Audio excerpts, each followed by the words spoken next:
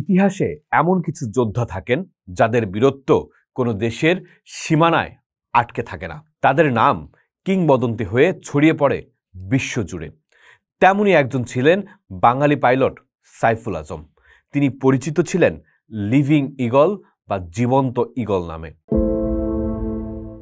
1967 সালের Arab Israel যুদ্ধে তার অসামান্য বীরত্ব আজও স্মরণ করা হয়, যখন তিনি একা হাতে ইসরায়েলি বিমান বাহিনীর গর্ব চূর্ণ করে দিয়েছিলেন।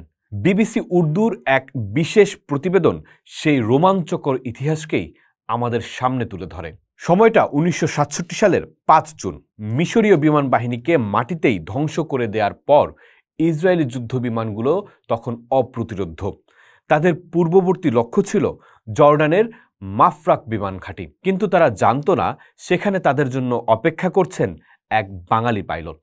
বিবিসির প্রতিবেদন অনুযায়ী সেদিন পাকিস্তান বিমান বাহিনীর ফ্লাইট লেফটেন্যান্ট সাইফুল আজম জর্ডানের হয়ে একটি হান্টার যুদ্ধবিমান নিয়ে আকাশে ওড়েন।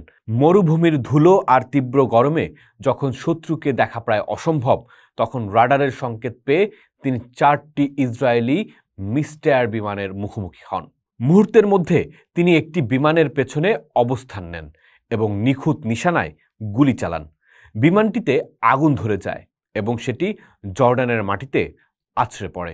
এই ঘটনার মধ্য দিয়ে শুরু হয় সাইফুল আজমের কিংবদন্তি হয়ে ওঠার গল্প। প্রথম দিনের সাফল্যের পর যুদ্ধ আরও তীব্র হয়। জর্ডানের বিমান বাহিনী মারাত্মকভাবে ক্ষতিগ্রস্ত হলে সাইফুল আজম সহ কয়েকজন পাইলটকে ইরাকে পাঠানো হয়। বিবিসি জানাচ্ছে 7 জুন সকালে ইরাকের H-3 বিমান ঘাঁটি আক্রান্ত হওয়ার খবর পেয়ে সাইফুল আজম 4টি হান্টার বিমানের নেতৃত্ব দিয়ে আবারও আকাশে ওড়েন। এবার তার প্রতিপক্ষ ছিল আরও শক্তিশালী ইসরায়েলের 2টি ওয়াভাতর এবং 2টি মিরাজ যুদ্ধবিমান। এক অসম লড়াইয়ে তিনি মুহূর্তের মধ্যে ফরমেশন ভাগ করে 2টো মিরাজ বিমানকে মোকাবিলার সিদ্ধান্ত নেন। বিবিসির প্রতিবেদন অনুযায়ী বিসমিল্লা বলে তিনি একটি মিরাজকে লক্ষ্য করে গুলি ছোড়েন, যা সরাসরি বিমানের ডানায় আঘাত হানে। বিমানটি ভস্মীভূত হয়ে মাটিতে পড়ার আগেই পাইলট ইজেক্ট করে বেরিয়ে আসেন। এরপর এক শ্বাসরুদ্ধকর ডগফাইটে তিনি দ্বিতীয় আরেকটি ইসরায়েলি বিমানকেও গুলি করে ভূপাতিত করেন।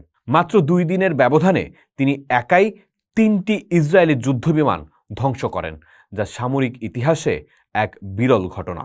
সাইফুল আজমের বীরত্ব শুধু আরব বিশ্বেই প্রশংসিত হয়নি, তার প্রতি সম্মান দেখিয়েছে খোদ ইসরায়েলও।